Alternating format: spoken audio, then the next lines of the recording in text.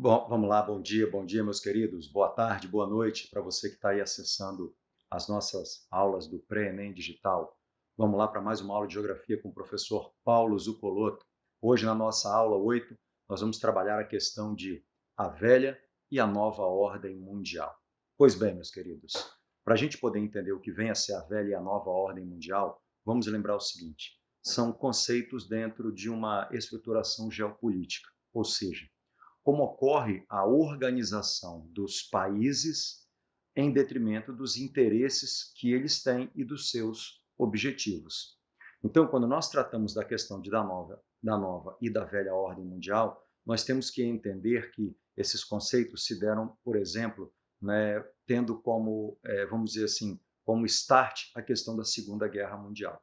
Então, vamos pensar o seguinte: após a Segunda Guerra Mundial, né, nós tivemos aí o que nós chamamos de um ordenamento político. Ou seja, esse ordenamento, que é um ordenamento político espacial, nós tivemos a ascensão de duas grandes potências. Uma potência emergiu no chamado Bloco Oriental, uma potência socialista, e surgira também uma potência capitalista no Bloco Ocidental. No lado oriental, a União das Repúblicas Socialistas Soviéticas. No lado ocidental, os Estados Unidos da América. E aí, esse contexto chamado de ordem mundial, né, nós vamos ter, né, fatos aí que chamam bastante atenção dentro da história e da geografia. Né? A Guerra Fria praticamente foi um desses símbolos desse período, né, onde nós vamos ter, teoricamente, uma cidade, né, dividida ao meio, assim como uma nação, assim como o mundo, literalmente. Né? E esse contexto é chamado de ordem bipolar, onde essa ordem bipolar ela fora alinhada pelo chamado Muro de Berlim. Porém, né, quando ocorre o fim do socialismo e o Muro de Berlim cai, aí nós vamos ter uma outra, né, geo-organização do mundo. E aí é quando nós temos um contexto chamado de nova ordem mundial. Então, daqui para frente, nós vamos entender a velha e a chamada nova ordem mundial. Então, a velha ordem mundial, só relembrando, a gente está falando ainda de uma Europa, né, de uma Europa que fora palco de duas grandes guerras, a mais devastadora delas, a Segunda Guerra Mundial, onde antes Europa, centro geopolítico e econômico do mundo, palco desse conflito, destruída pela Segunda Guerra Mundial, né, perde todas as suas forças. E aí, com isso, emergem duas potências, antes amigas e agora rivais, né, dentro do seu contexto ideológico. E aí nós vamos ter a ascensão da URSS e a ascensão dos Estados Unidos, né, difundindo, né, e impondo, querendo impor ao mundo, né, todo esse contexto de suas ideologias. De um lado, o socialismo, do outro, o capitalismo. E aí, com isso, nós temos o nosso planeta que começa a ser, entre aspas, regionalizado, dividido em primeiro, segundo e terceiro mundo. O primeiro mundo, o mundo capitalista, né? Ou seja, os países que estavam aliados aos Estados Unidos e que tinham grande poder econômico. O segundo mundo, o bloco socialista, aonde se tinham ali os países aliados à União das Repúblicas Socialistas Soviéticas. E o terceiro mundo, países que até então, né, não, vamos dizer assim, haviam tomado posição quanto a essa bipolaridade, certo? Então, no bloco capitalista, nós teremos aí, né, vamos dizer assim, a questão dos Estados Unidos, né, onde ele vai estar direcionando a digníssima Europa Oriental, ou Ocidental, perdão, né, trazendo para consigo, né, esses países, ajudando inclusive na reconstrução europeia pós-Segunda Guerra, né, junto com eles a Coreia do Sul, o Japão, né, que vão fazer parte desse chamado bloco capitalista. No bloco socialista, teremos os países do leste europeu, né, onde teremos também, né, a região dos Balcãs, teremos aí Cuba, Coreia do Norte, China, né, que acabaram por, entre aspas, opor-se a essa ideologia norte-americana. E o chamado terceiro mundo, né, eram aqueles países que, sem um alinhamento ideológico, estavam mais preocupados em resolver as suas pendências os seus problemas, principalmente sociais e econômicos, que eram mais graves. E aí, com isso, né, se tem a questão da iminência de um conflito nuclear, ou seja, essas duas superpotências iniciam uma disputa, né, que é a chamada, vamos dizer assim, corrida armamentista, assim como a corrida espacial, né, eles iniciam corridas, disputas para ver quem chamaria mais a atenção, né, nesse contexto, né, tanto de estratégia quanto também de propaganda. Ambos trabalhavam muito essa questão do seu auto-marketing para mostrar quem seria, né, a potência hegemônica. E aí, com isso, né, é só a gente relembrar que aqui do lado capitalista, lembrando, nós aqui na América Latina, Brasil, né, teoricamente tivemos um alinhamento forçado ao capitalismo, né, e é uma coisa que nós veremos mais tarde. Né? Com isso, né, esse nosso alinhamento nos faz consumir, né, tudo que vem, entre aspas, da nação norte-americana. E aí um exemplo é a questão, né, do próprio movimento cultural, o cinema, os quadrinhos, a própria televisão, né, sempre fazendo aquela separação entre nós, que estamos, entre aspas, certo, e eles, né, que estão com uma visão diferente. E aí o exemplo máximo que a gente tem dos quadrinhos, dos heróis, né, é a figura do Capitão América. Né, tanto que um dos exemplares do Capitão América, né, lançados ainda à época da guerra, a capa da revista em quadrinho era o Capitão América dando um soco no rosto de Adolf Hitler. Né? Desenho que ficou, né, marcado ali dentro desse contexto, né, do uso, né, dos quadrinhos como uma forma de, teoricamente, trabalhar uma ideologia. E aí essas duas nações vão disputando a hegemonia, né, através do cinema, através dos quadrinhos, através da corrida espacial, através da corrida armamentista. Todos eles querendo mostrar sua superioridade. E aí a corrida espacial, né, quando ela se deu, né, vamos pegar aí, por exemplo, em 57, os soviéticos lançam o primeiro satélite artificial, o Sputnik, né, mandando um bip, né, que era captado por todo o radiocomunicador no mundo todo, e isso chamou a atenção. Logo depois, né, eles lançam também ao espaço um primeiro bólido com um ser vivo, que no caso aí é a cachorra Laika, né? E aí depois de um tempo, né, só relembrando a cachorra, né, eles mantiveram escondida essa informação por muito tempo, né, para não mostrar o seu fracasso. Mas a cachorra ela morreu praticamente 40 minutos depois do lançamento.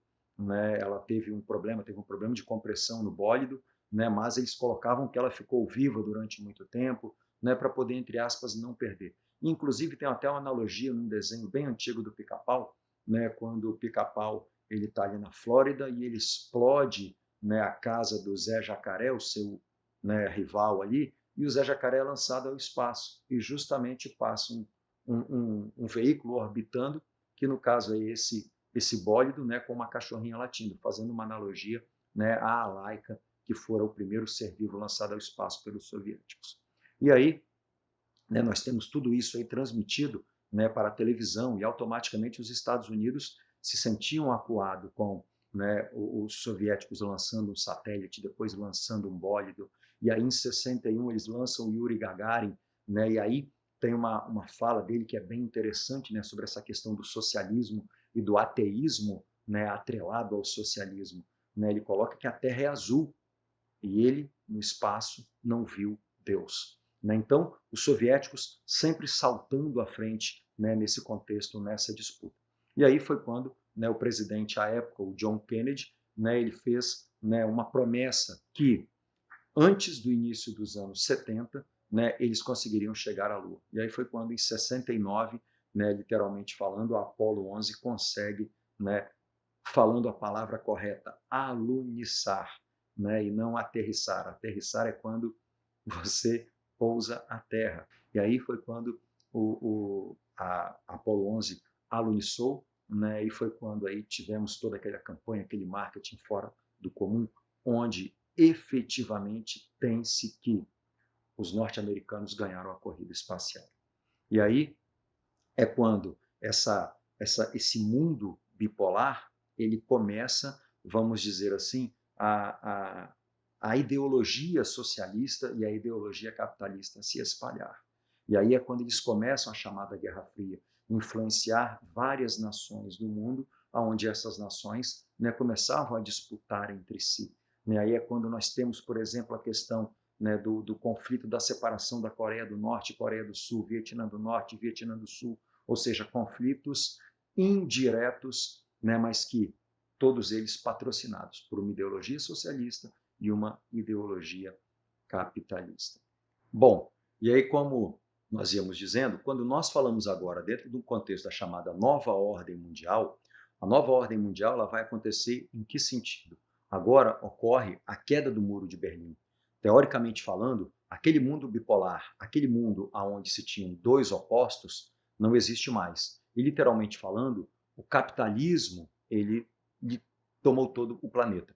E aí com isso, o que vai acontecer? Nós vamos ter que agora, né, essa nova ordem mundial, ela vai separar os países não mais em cima da sua ideologia política capitalista ou socialista, mas em cima de um contexto onde você vai ter países ricos e países pobres que estão se industrializando, que estão emergindo, chamados de emergentes. Então, é quando nós vamos começar a entender que essa nova concepção, após a queda do Muro de Berlim, vai trazer inúmeras consequências, né? Assim como a questão da divisão, né, do mundo relacionado ao seu poder econômico, nós vamos ter também esses países emergentes estruturando-se também em blocos.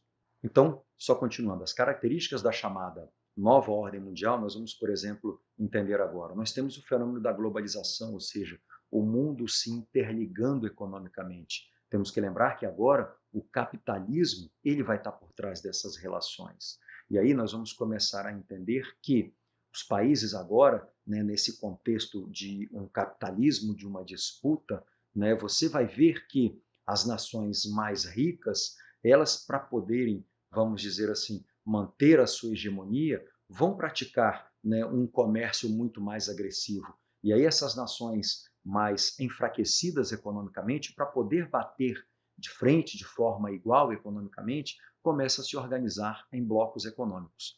E aí, com isso, nós vamos começar a perceber que as nações, né, dentro de um contexto, vão começar a juntar suas forças para, né, negociar com essas potências antes hegemônicas e agora potências econômicas. Então, desta forma, nós vamos começar a perceber que, fazendo uma análise da grande potência econômica Estados Unidos, os Estados Unidos, teoricamente falando, dentro de um contexto de velha ordem mundial, ele saiu vencedor. Né? E ao sair vencedor, né, nessa nova ordem mundial, os Estados Unidos ele se torna a potência hegemônica, tanto num contexto bélico quanto num contexto econômico. E aí é quando agora alguns pesquisadores colocam o seguinte, que o mundo ele não é mais bipolar, né? Eles trabalham o mundo agora, um mundo multipolar. Mas multipolar por quê? Porque todos estão dentro de uma ideologia capitalista, porém você vai ter aí vários polos de influência, ou seja, nações altamente ricas e que vão estar, entre aspas, dando as cartas. E aí alguns analistas, inclusive, colocam uma outra visão, né, que o mundo não é mais multipolar, e sim unimultipolar. Unimultipolar por quê? Porque dentro desse grupo multipolar, você vai ter um que vai estar se destacando belicamente e economicamente, que é os Estados Unidos. Então, quando se fala de uma configuração unimultipolar, é porque estamos falando, né, dentro de um contexto de nova ordem mundial, o destaque norte-americano.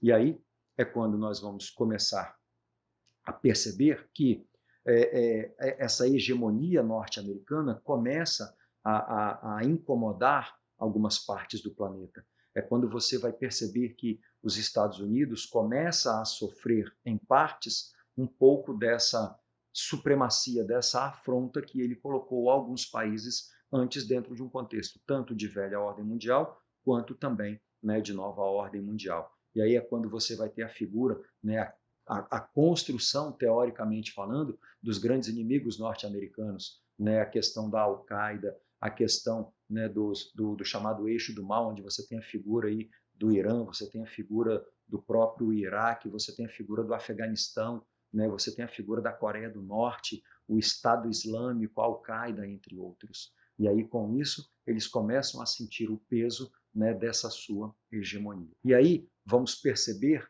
que os Estados Unidos, eles começam a, entre aspas, a buscar aliados para poder tentar resolver essas pendências. E aí é quando, por exemplo, né, pega-se a questão da própria Coreia do Norte. A Coreia do Norte, ela passa a afrontar os Estados Unidos, né, com uma petulância bem representativa. E aí o que acontece? Os Estados Unidos, né, receosos, pois a Coreia do Norte promoveu aí uma corrida armamentista bem representativa com armas nucleares, o próprio Donald Trump não chegou a interpelar diretamente, né, o líder norte-coreano, mas o Trump ele queria que outras nações, né, ali interpelassem, né, como a União Europeia, Japão, China, entre outros, né, justamente com o receio, né, de uma, vamos dizer assim, um novo conflito bélico, né, uma vez que, né, ambos, né, vão ter um armamento representativo, porém, né, diga-se de passagem, o líder norte-coreano, né, ele, vamos dizer assim, ele vai estar apresentando uma instabilidade política mais representativa. Então, é quando nós vamos começar a ver que, nesse contexto de uma nova ordem mundial, aqueles países que se encontravam, vamos dizer assim, até então, neutros dentro de um contexto de primeiro, segundo e terceiro mundo, atualmente eles estão inseridos dentro de uma doutrina neoliberal, né? E aí esse neoliberalismo afunda esses países em uma crise mais representativa, né? E aí o que acontece? Alguns conseguem se sobressair em cima de privatizações, em cima de atração a empresas multinacionais, e eles começam a emergir economicamente. E aí surge a categoria dos países emergentes. Então, vamos começar a perceber que, a partir de 2000, nós vamos ver que o Brasil ele começa a se destacar, né, dentro dessa questão de uma emergência. E aí é quando essa emergência do Brasil começa a atrair outros países. E aí, com isso, vamos começar a ver um alinhamento Brasil, Rússia, Índia, China, África do Sul, né, na ideia de produzir-se aí, né, um bloco econômico. Esse bloco econômico, chamado BRICS, acaba por incomodar essa hegemonia norte-americana. Por quê? Porque uma das ideias desse bloco BRICS era a criação de um banco, né, para poder, entre aspas, financiar outros países que quisessem emergir. E isso batia de frente com a ideologia capitalista norte-americana, que tem o Banco Mundial e o FMI como grandes financiadores. Então, nós vamos começar a ver que, de forma, vamos dizer assim, lenta e gradual, esse bloco BRICS, ele começa a sofrer, vamos dizer assim, as suas nações, algumas intervenções. E aí essas intervenções, né, de forma muito mais atual, após 2015, dão uma enfraquecida de forma generalizada, tanto nas suas aspirações políticas quanto nas suas aspirações econômicas. E aí vamos começar a ver que, nesse contexto, a chamada divisão internacional do trabalho, ela vai estar promovendo uma separação bem interessante. Agora, as nações capitalistas ricas, elas vão estar, entre aspas, financiando, né, trazendo tecnologia, enquanto que as nações emergentes, né, que estão aí se industrializando, vão estar oferecendo, no caso aí, estrutura, vão estar oferecendo incentivos para que essas multinacionais ali se desenvolvam, né? Uma vez que eles precisam melhorar a sua qualidade, né, técnica para poder, entre aspas, atrair cada vez mais essas empresas multinacionais. E aí a gente tem um exemplozinho, né, dessa questão, né, que envolve ali a questão da velha ordem mundial, da nova ordem mundial, nessa questão do Enem. Nós temos uma cartografia, um mapa que é bem interessante. Esse mapa, no caso aí, é um mapa que mostra, né, é um mapa chamado azimutal, uma projeção plana. Ele mostra prioritariamente o Polo Norte. Só que no círculo central da cartografia, você vai perceber que existe ali todos os países ricos e desenvolvidos do planeta. Ou seja, você vai ter uma centralização dos países, uma centralização da economia. E os países pobres e emergentes no seu entorno, ou seja, a formação de uma periferia. E aí, essa periferização do mundo é uma realidade, onde isso, inclusive, é explicitado na própria cartografia, ou seja, os países ricos e poderosos sempre vão estar explicitando a visão que eles têm do mundo dessa forma, eles centralizando né, e os países pobres e emergentes em uma estrutura periférica. Vamos lá a questão. Ó, a nova ordem mundial é um emaranhado de zonas e redes e aglomerados, né, de espaço hegemônico contra, né, espaços não hegemônicos. E aí é a hora que nós vamos começar a entender a realidade desse nosso mundo contemporâneo. E aí ele coloca o seguinte: esse mapa ele procura representar a lógica espacial do mundo contemporâneo pós-União Soviética, ou seja, após a queda do Muro de Berlim, teoricamente, nós não temos mais aquela ideia de primeiro, segundo ou terceiro mundo. Né? Por quê? Porque, teoricamente, o segundo mundo não existe mais. Então, não tem como você falar primeiro e terceiro mundo. Né? E aí, ele coloca o seguinte para nós: considerando esse objetivo interpretativo, ou seja, essa cartografia que é mostrada ali, onde coloca centralizado as grandes potências mundiais, você vai ter que dizer o que essa cartografia está dizendo. Ela está falando da estagnação dos estados, né, com a sua identidade cultural? Não, não há nenhuma estagnação. Como ele está centralizado, ele está mostrando força. Ele coloca na letra B o alcance, né, da racionalidade anticapitalista. Nada a ver, a gente está falando de um capitalismo no máximo. E aí nós temos o gabarito, que é a letra C, ou seja, a influência das grandes potências econômicas, principalmente na formação de blocos econômicos. Diga-se de passagem a questão do NAFTA, diga-se de passagem a União Europeia, né, entre outros. A letra D já coloca a dissolução de blocos? Não, a formação de blocos. Essa é a realidade. E a letra E, o alargamento, né, da força econômica de países islâmicos? Não, também não. Então, quando nós falamos de velha ordem mundial, de nova ordem, a gente está falando de um contexto em que nós saímos de um mundo bipolar para um mundo agora unimultipolar, onde, né, querendo ou não, aceitando ou não, nós teremos a figura dos Estados Unidos, né, como a potência hegemônica e a potência econômica. E todo aquele que começa a bater de frente acaba tornando-se o seu inimigo. Diga-se de passagem, né, na atualidade, um conflito muito brando com a digníssima China. Galera, essa foi a aula de Geografia do professor Paulo, de Nova Ordem e Velha Ordem Mundial. Valeu, meus queridos, um abraço e até o nosso próximo encontro. Valeu!